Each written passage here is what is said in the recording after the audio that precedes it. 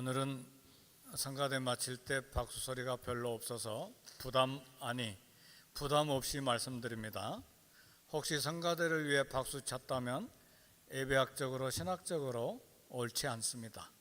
왜냐하면 찬양, 특히 성가대의 찬양은 하나님께만 드리는 것이기 때문에 성가대를 향해서 박수 치는 것은 예배학적으로 신학적으로 옳지 않습니다. 혹시 감사한 마음이 생기면 우리 성가대원들 생각하고 밥을 사세요. 아멘, 할렐루야. 그럼 목사가 가끔 참 성가대 격려하느니라고 우리 격려 박수 한번 합시다. 그럴 때는 마음껏 하시면 됩니다. 네, 그런 면에서 다른 때는 박수 치지 말고 오늘은 격려 박수로 한번 박수 한번 합시다. 또 성가대 혹시 섭섭해 할까봐. 근데 목사는 바로 또 가르쳐야 되니까 그렇습니다. 우리 사람은 때때로 무엇 때문인지 모르지만 우월감으로 교만해질 때가 있습니다. 반대로 열등감으로 자신을 무가치한 존재로 이렇게 비하해서 스스로 힘들어하고 고통스러워하는 경우도 있습니다. 우리 성도들의 성품 중에 이제 겸손하면서도 안정된 자존감을 갖는 것이 중요합니다. 이 건강한 자존감은 자신을 가치 있는 존재로 여기기 때문에 대인관계가 건강해요. 우리 그리스도인들은 예수님 안에서 구원받은 하나님의 자녀요, 하나님의 가족이 되었기 때문에 그런 신분을 가진 존재이기 때문에 우리는 정말 건강한 자존감을 가지고 있어야 됩니다. 그런데 우리들 중에 자신에 대해서 낮은 자존감을 가진 사람들이 때때로 있습니다. 그 이유는 우리가 잘 알 수가 없어요. 자신도 잘 모를 수가 있어요. 나는 왜 이렇게 자존감이 낮을까? 근데 그 이유가 가난일 수도 있고 또 고난과 질병 중에 예수님을 믿었기 때문일 수도 있습니다. 우리는 잘 몰라요. 그러나 우리가 생각할 것은 이런 낮은 자존감은 대인관계를 가질 때 많은 어려움이 생기게 됩니다. 예를 들면 쉽게 오해하는 경우도 있어요. 자존감이 낮으니까 다른 사람들은 다 웃고 그냥 가볍게 넘어가는데 나를 무시했어? 그런 생각이 갑자기 드니까 쉽게 화가 나기도 하고 또 미움의 관계가 생기기도 하고 관계가 깨뜨려지기도 합니다. 그 결과 이웃을 축복하는 축복의 통로, 은혜의 통로가 돼야 되는데 오히려 삶이 위축되고 움츠려드는 그런 신앙생활을 할 수가 있습니다. 언젠가도 말씀드렸지만 제가 사역했던 브라질은 약 5천 개의 도시가 있는데 굉장히 많죠. 도시가 5천 개나 되는데 도시들의 특징이 하나 있어요. 한 도시 중앙에 가장 높은 장소에 캐톨릭 성당이 자리 잡고 있어요. 의미가 분명하죠. 교회가 동네 주민들에게 바른 삶을 보여주고 그런 삶을 살도록 가르쳐주는 영적인 권위, 영적인 신분을 나타나기 위해서 항상 동네 가장 중앙에 가장 높은 곳에 이렇게 성당들을 만들었습니다. 왜냐하면 브라질도 옛날에 98%가 캐톨릭이었으니까 지금은 개신교도 20-30% 이제 커져서 전 세계 선교사를 파송하는 두 번째 나라가 브라질입니다. 한국이 세 번째로 떨어졌어요. 그만큼 이제 복음이 왕성하게 이제 확장되어 가고 있는데 우리 성도들은 하나님의 형상, 거듭난 천국 시민으로서 영적인 권위가 있는데 우리 주님이 그런 권위를 저와 여러분들에게 주셨어요. 너는 세상의 빛이라, 너는 세상의 소금이라. 미래형이 아니에요. 이미 너희는 세상의 빛이 소금이라고 존귀한 가치를 말씀해 주셨습니다. 우리 예수님을 믿기 전에는 무엇이 옳은지 그른지 잘 모르고 살았습니다.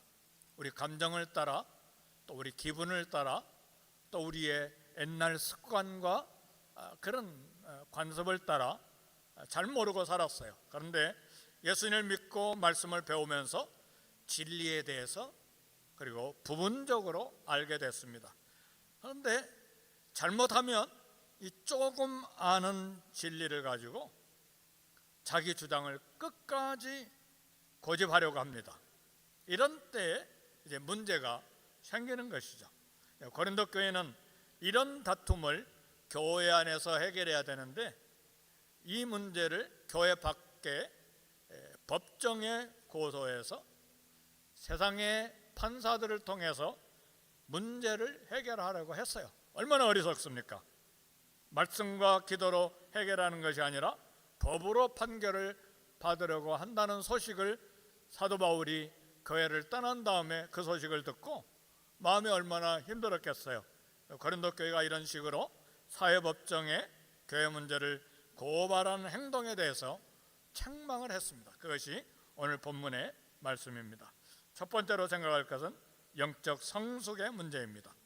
우리 그리스도인들은 예수님의 장성한 분량이, 예수님의 충분한 성숙의 분량이 하나님께서 우리에게 정해주신 목표예요. 거기까지 우리가 자라가야 돼요.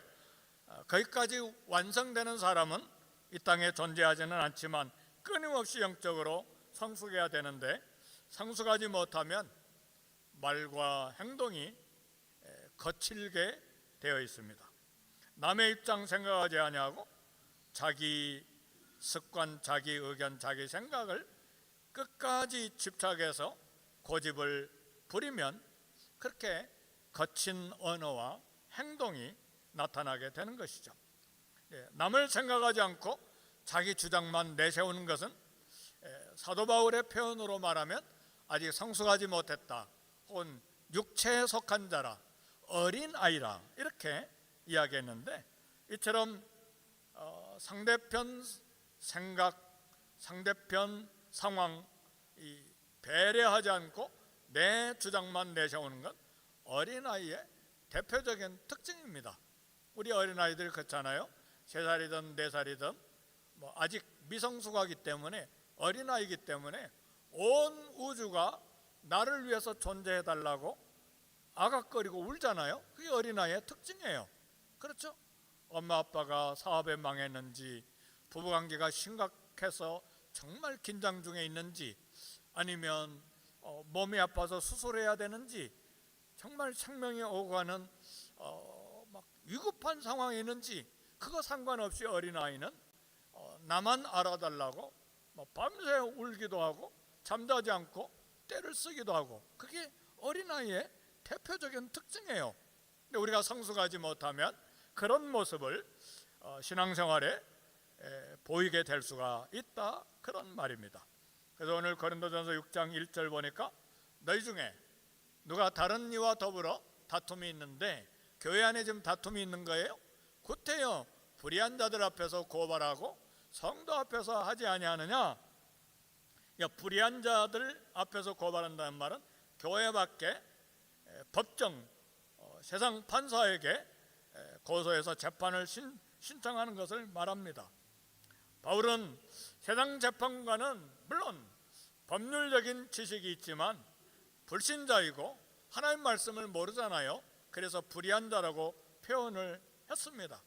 세상 재판관이 다 틀렸다는 것이 아니고 진리와 양심의 수준이 다르다는 것이에요. 근데 우리 성도들은 하나님 말씀에 대한 지식이 부족하다 할지라도 말씀의 진리가 있고 하나님이 주신 양심이 있어요. 그래서 하나님 말씀은 모든 문제에 대해서 세밀하게 정확하게 판단할 능력이 있어요. 그래서 사도는 말합니다. 하나님 말씀은 어떤 말씀이라고 그랬어요? 흠이 없는 말씀, 순결한 말씀이어서 혼과 관절과 골수를 찔러 쪼개기까지 하고 양심 안에서 서로 또 대화하게 만드는 그런 하나님의 계시의 말씀이죠. 그래서 시편 12편 6절에 보니까 여호와의 말씀은 순결하며 흑도가니에 7번 단련한 은과 같다고 그랬어. 우리 교회가 하나님의 말씀을 정확하게 배워 성숙하면 사실은 다툼의 문제가 많이 줄어들 뿐만 아니라 더 이상 다툴 필요가 없게 되는 것이죠. 사랑하는 성도 여러분, 미국에도 가끔, 저도 가끔 경험한 일인데, 한국에도 보복 운전을 다룬 뉴스가 가끔 신문과 방송에서 나타나고, 우리 110번이나 10번이나 5번이나 이렇게 고속도로 프리웨이 타고 가다 보면 막 추월해가지고 막 천천히 가는 거예요. 그러면 겁이 덜컥 나죠.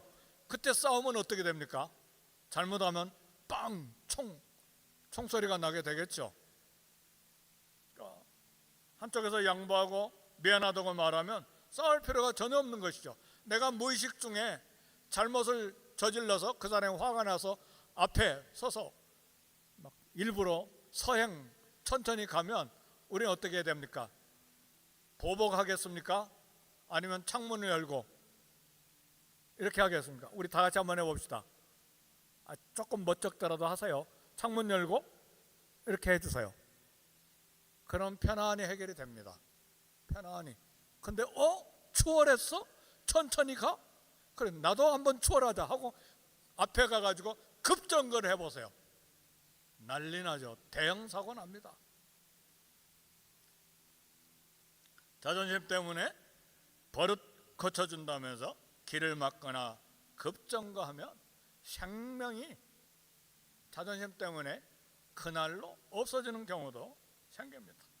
교회에서 가장 중요한 일은 많은 행사를 하거나 많은 봉사를 하는 것이 우선순위가 아니에요. 하나님의 말씀을 충분히 가르치는 거예요. 말씀이 없으면 봉사하면서 다퉈요. 내가 세상적인 지식과 경험으로 볼 때 이렇게 하는 것이 옳은데 그러나 말씀을 보면 그게 아니거든요. 절대 그게 아니에요. 그래서요, 수요일에도 새벽에도 주일에도 또 목장 모임에서도 금요일도 줌을 오픈해 놓고 와서 공부하세요. 나 다 알아. 알기는 뭘 알아요? 성경 지식은 있는지 모르지만 말씀을 따라서 신앙생활을 하지 아니하는 연약한 부분이 우리에게 얼마나 많이 있나요? 그래서 끊임없이 말씀을 읽고 묵상하고 순종하고 배워나가는 것이죠. 그래서 예수님의 장성한 분량에까지 자라감으로 우리의 목표는 예수 그리스도의 성품과 인격, 그 형상을 닮아가는 것이 우리 삶의 목표입니다. 그래서 일하는데 내 생각, 내 아이디어만 중요하다고 생각하고 자기 의견대로 해야 된다고 말하면 그게 다툼이 시작이 되는 거예요. 다툼이라는 것은 물론 성품의 문제도 있지만 진리의 문제가 아닌 말씀을 모르기 때문에 그런 현상이 생기는 것이죠. 누가복음 27절에 보면 6장 27절에 너희 원수를 사랑하며 너희를 미워하는 자를 선대하며 너희를 저주하는 자를 축복하고 너희를 모욕하는 자를 모함하는 자를 위해 기도하라고 했어요.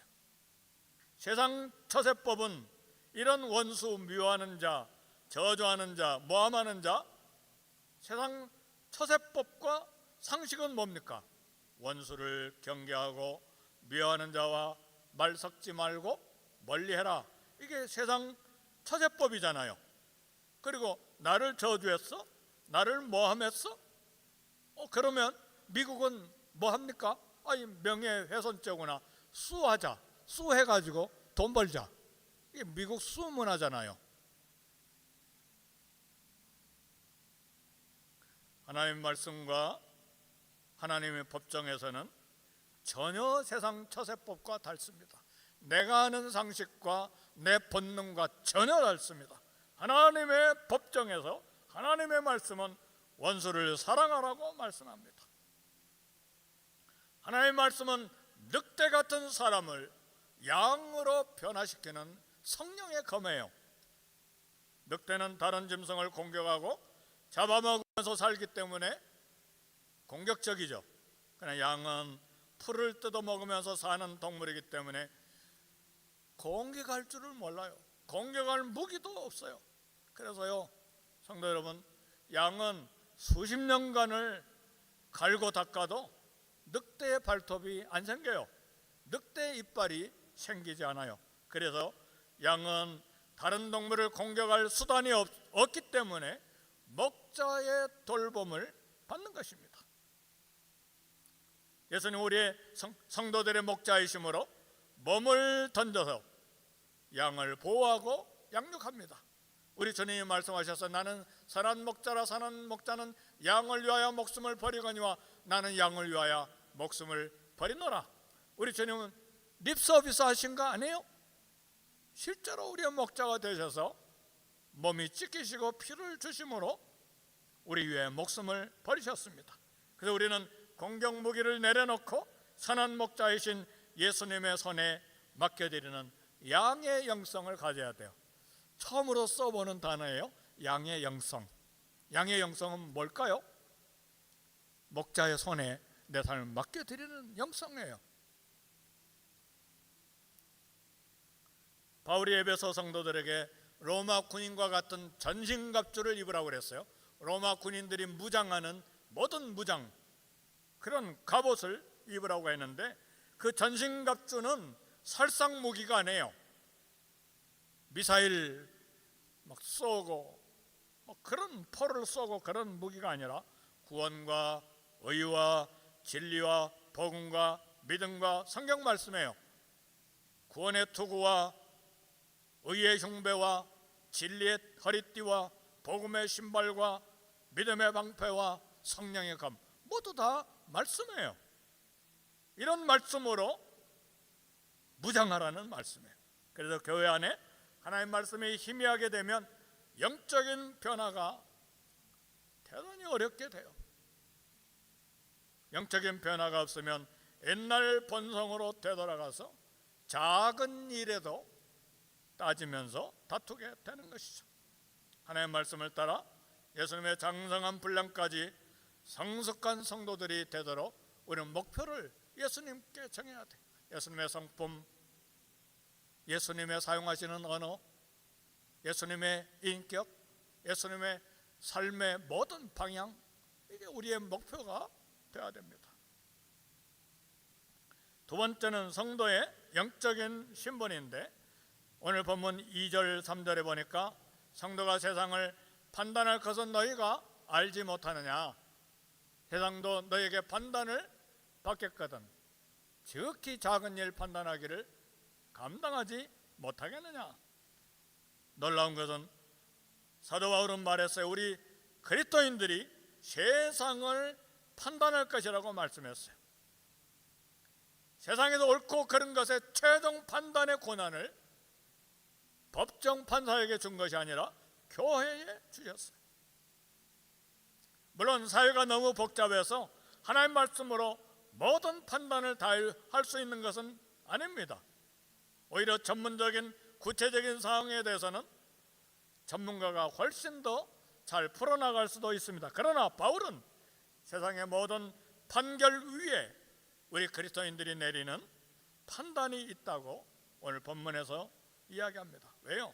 모든 것이 하나님 말씀대로 되고 최종 판결의 권위가 성경에 있기 때문에, 하나님 말씀에 있기 때문에, 하나님의 계시에 있기 때문에, 성도의 믿음을 따라 되기 때문에 그렇습니다. 그래서 바울은 오늘 본문에 보니까 우리 성도들의 영적인 권위가 어디까지 있느냐, 천사도 우리 성도들이 판단할 것이라고 그랬어요. 물론 여기 천사는 범죄한 천사, 하나님께 불순종해서 떨어져 나가는 천사들 판단할 것이라고 했어요. 우리가 천사를 판단할 것은 너희가 알지 못하느냐, 하물며 세상 일이랴 그랬어요. 굉장한 영적인 권위를 저와 여러분들에게 주셨어요. 성경 말씀을 해석하고 판단할 권한을 천사에게 주신 것이 아니라, 세상에 주신 것이 아니라 우리 성도에게 주신 것입니다. 그래서 우리 주님이 다시 오실 때 성도가 세상의 악한 정치인과 학자, 장군, 천사까지 다 재판합니다. 그래서 이것을 보면 말씀을 가지고 말하는 것이 얼마나 높은 영적인 권위인지 알 수가 없습니다. 복음 전도자는 성경 지식은 부족하지만 최고의 영적인 권위를 가지고 있습니다. 우리가 가진 영적인 신분과 권위는 대학이나 법원이나 정부보다 더 높은 권위예요. 왜요? 우리를 영접하지 아니하면, 우리 말 듣지도 아니하면 그 집이나 성에 나가서 너희 발에 먼지를 떨어버리라. 이게 영원히 지옥 가느냐 천국 가느냐를 결정짓는 거예요. 그만큼 엄청난 영적인 권위를 저와 여러분들에게 주신 거예요. 사람은 가능하면 더 높은 자리에 올라가고 더 많은 것을 차지하려고 해요. 그러나 우리들의 영적인 신분과 권세를 볼 수 있다면 우리 생각이 완전히 달라질 거예요. 엘사의 사원 게하시가 하늘의 불말과 불병거를 보고 전쟁 개념이 달라졌어요. 하늘의 불말과 불병거를 보기 전에는 엘사 집을 에워싸고 동네를 에워싼 아람 군대를 보고 무서워서 얼굴이 새파랗게 질렸는데, 하늘의 별, 하늘의 이 군사 불말 불병거를 보고 완전히 전쟁의 승패가 어떻게 날지를 알았어요. 세상보다 수억만 배 더 큰 천국을 안다면 땅에서 부자가 되는 건 별 의미가 없어요. 실제로 하나님 만드신 이 우주가 얼마나 큰지, 태양보다 2000배나 더 큰 태양이 이 우주에 있어요.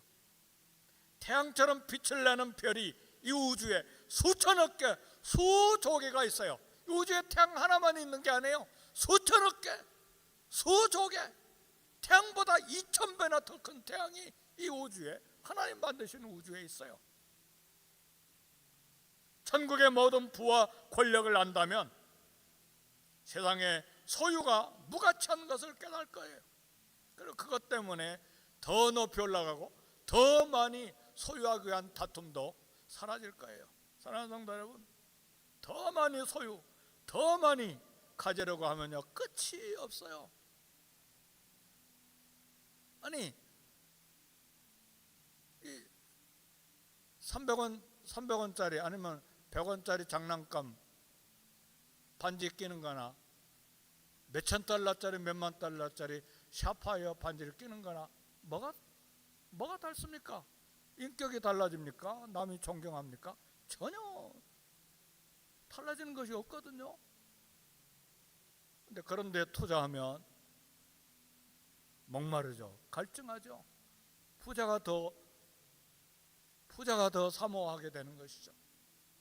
우리는 생활 수준을 지혜롭게 낮출 필요가 있어요. 그리고 만족할 필요가 있어요. 점점 높은 데 두면요 열등감 갖게 돼요. 그리고 목마르게 돼요. 그리고 감사가 없어요. 만족이 없기 때문에. 한번 점점 높은 수준의 목표를 둬보세요. 더 좋은 집, 더 좋은 차, 더 좋은 음식, 더 좋은 거. 아니, 수입은 조금밖에 안 되는데 더 많이 하나님께 감사 못합니다. 봉사도 못해요. 아까워가지고 11조도 못 드려, 감사한금도 못 드려. 다른 성도는 다 기쁜 마음으로 봉사하고 서로 섬기는데 못해. 너무 아까우니까. 거기까지 올라가려면 안 먹고도 모아도 안 되니까. 사랑하는 성도 여러분, 하나님 앞에서 중요한 사람은 하나님 말씀을 붙잡고 믿음을 지키는 사람이에요.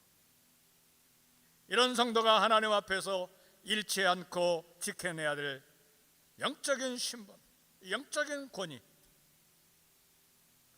어떤 분쟁이 있을 때 사람들은 손해보지 아니라고 애를 쓰죠. 만약 그 손해가 우리를 낮추시는 하나님이 주시는 시험이라면 손해보는 것이 시험에 합격하는 거예요. 지는 것이 이기는 거예요.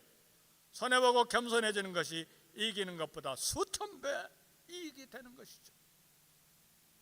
욥이 그런 시험을 통과했습니다.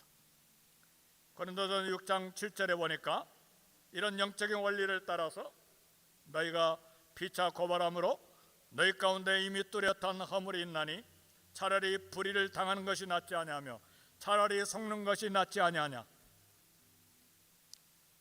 끝까지 이기는 것보다 하나님 안에서 지는 것이 나중에 선이 될 가능성이 큽니다. 만약 지금 이런 다툼의 문제가 있다면 져주세요. 때가 되면 하나님 승리를 가져다 줍니다. 반드시 그렇게 하세요. 베드로전서 5장 6절에 보니까 하나님의 능하신 손 아래서 겸손하라. 때가 되면 너희를 높이시리라. 하나님의 능력의 손, 다스리는 손, 판단하시는 재판장의 손 안에서 겸손하면 때가 되면 너의 의를 정오의 빛같이 하시리라. 잠잠하고 참아 기다리라. 악인 때문에 질투하거나 분노하지 마라. 그래. 사람은 눈에는 눈, 이에는 이, 악한 사람은 악으로 복수하는 것이 옳다고 생각해요. 이게 세상의 처세법이에요. 그러나 조금 더 참고 잘해주면 나중에 좋은 관계로 발전하는 경우가 많습니다.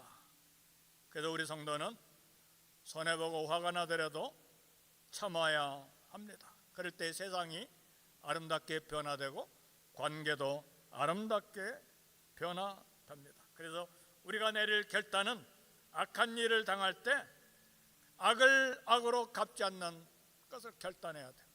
선으로 악을 이길 것을 결단해야 돼요. 낮아지고 더 겸손해지면 상대방이 변할 수 있다는 사실을 믿어야 돼요. 아니요, 목사님, 절대로 안 변할 거예요. 아니요, 성령님은 변화시키는데요. 하나님은 전능하신데요. 하나님의 방법들이 있어요. 아무리 막 강철같이 목이 굳고 악한 사람도 하나님이 살짝 손만 대면 무릎 팍 꿇습니다. 아멘입니까? 하나님 믿어야죠. 하나님의 역사하심을 우리는 신뢰해야죠. 반대로 하나님은 능력이 없고 무능하기 때문에 상대방의 버릇을 내가 고쳐주겠다. 손을 대면 평생 원수로 끝나버립니다. 그래서 바울이 오늘 본문에서 이야기하는 거예요. 성도가 다른 성도를 고발하면 그 고발이 뚜렷한 허물이 있나니. 허물이라는 말이 실패라는 말이에요. 성도가 성도를 고소하면 뚜렷한 패배가 된다고 오늘 본문에서 이야기를 합니다. 그래서 바울은 역설적으로 이야기합니다. 차라리 불의를 당하는 것이 낫고 차라리 속는 것이 낫다고 이야기를 합니다. 자기 이익만 바라면 이런 양보를 기대하는 것이 불가능한 일이죠. 그러나 하나님의 사람은 우리의 개인적인 이익보다 하나님의 영광이 우리 삶의 목표입니다. 사랑하는 성도 여러분, 하나님의 영광, 하나님의 이름이 저와 여러분의 목표이기를 주의 이름으로 축복합니다. 옆에 사람이 우리의 목표 아니에요. 베벌리 힐스에 사는 사람이 우리 삶의 목표가 아닙니다. 하나님이 우리 목표예요.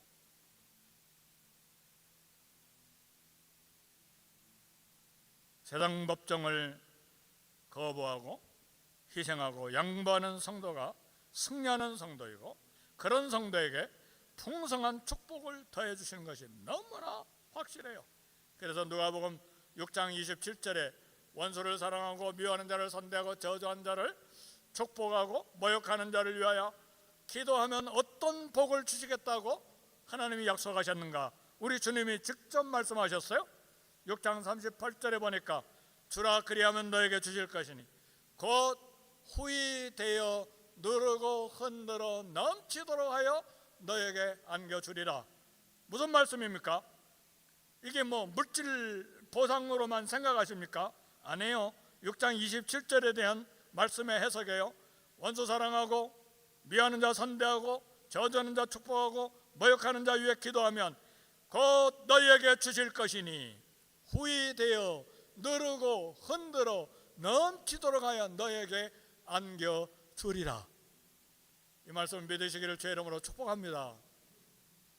하나님이 하시는 일이에요. 그래서 바울은 고린도전서 6장 8절에 말합니다. 그는 너의 형제로다 그랬어. 우리가 희생하고 양보할 대상은 형제입니다. 주 안에서 영적으로 하나 된 한 가족 형제들이에요. 한 하나님을 아버지로 믿고 한 분 예수님의 피로 가족 공동체가 된 형제입니다. 그래서 성도들 간에 발생하는 문제는 법적인 문제가 아니라 가족 문제예요. 사랑하는 성도 여러분, 교회 안에서 일어나는 문제는 법적인 문제가 아니라 가족 문제예요. 물론 가족 간에도 갈등이 있을 수가 있어요. 그러나 가족 문제는 가족에서 해결을 하는 거예요. 그래서 희생과 양보와 적극적인 사랑과 용서로 해결하는 것입니다. 고린도 교회 성도들은 신앙적으로 가족이라는 의식이 없었어요. 그래서 바울은 말합니다. 형제가 형제와 더불어 고발하느냐, 이렇게 책망한 거예요.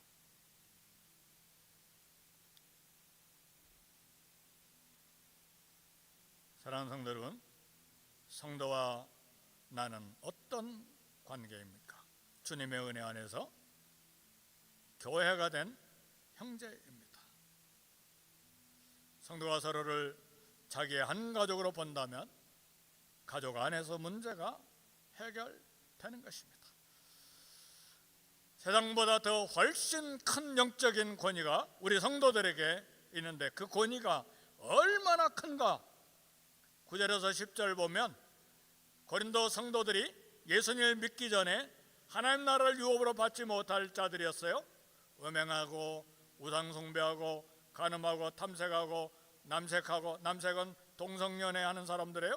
도적, 탐욕, 술 취하고 모욕하고 속여 빼앗는 자들인데 하나님의 나라 천국에 들어가지 못할 자들이었어요. 모두 다 이처럼 죄를 지은 사람인데 사도 바울을 통해서 복음을 듣고 변화된 사람인데 어떻게 변화되었는가? 우리 6장 11절 우리 다 같이 한번 함께 합독합시다. 시작. 너희 중에 이와 같은 자들이 있더니 주 예수 그리스도의 이름과 우리 하나님의 성령 안에서 씻음과 거룩함과 의롭다 하심을 받았느니라. 놀랍게 변화된 거예요. 정욕과 탐욕으로 우상 숭배하는 사람들이 하나님을 섬기는 사람들로 변화된 거예요. 그러니까 하나님의 말씀은 법적의 판사와 법관의 지식보다 더 큰 권위가 있는 것이죠. 하나님의 말씀은 인간을 새로운 피조물로 거듭나게 하는 능력이 있는데 그런 권세를 우리 성도들 저와 여러분들에게 주신 것입니다. 말씀을 마칩니다. 성도 여러분, 억울해도요, 참 너무너무 억울해서 잠을 며칠씩 못 자더라도 결론을 들어요. 세상에서 다 이기려고 하지 말고 세상 것 다 가지려고 끊임없이 목말라 하지 말고 이 세상 것 다 누리려고 하지 말고 그 소비는 끝이 없습니다. 만족이 없어요. 희생과 성경으로 주님 은혜의 모습으로 보답할 거를 늘 기도하고 생각해야 돼요. 성도의 이런 영적인 권위로 이웃을 섬기고 하나님을 기쁘시게 해드리는 저와 여러분이 되시기를 주의 이름으로 축복합니다. 우리 말씀 생각하시고 1, 2분간 통성으로 기도하겠습니다. 하나님 아버지 감사합니다. 하나님, 주님, 성도의 영적인 권위를 우리에게 주셨으므로 하나님, 이 놀라운 권위를 행사함으로 감사와 찬송이 넘칠 뿐만 아니라 하나님의 집에서 존귀하게 쓰임받는 아름다운 백성 되게 하시고 세상의 빛과 소금이 되게 해 주시옵소서. 주여, 은혜로 말씀으로 성령으로 도와주시옵소서. 우리 다 같이 일어나 성령 부르심으로 예배를 마치겠습니다.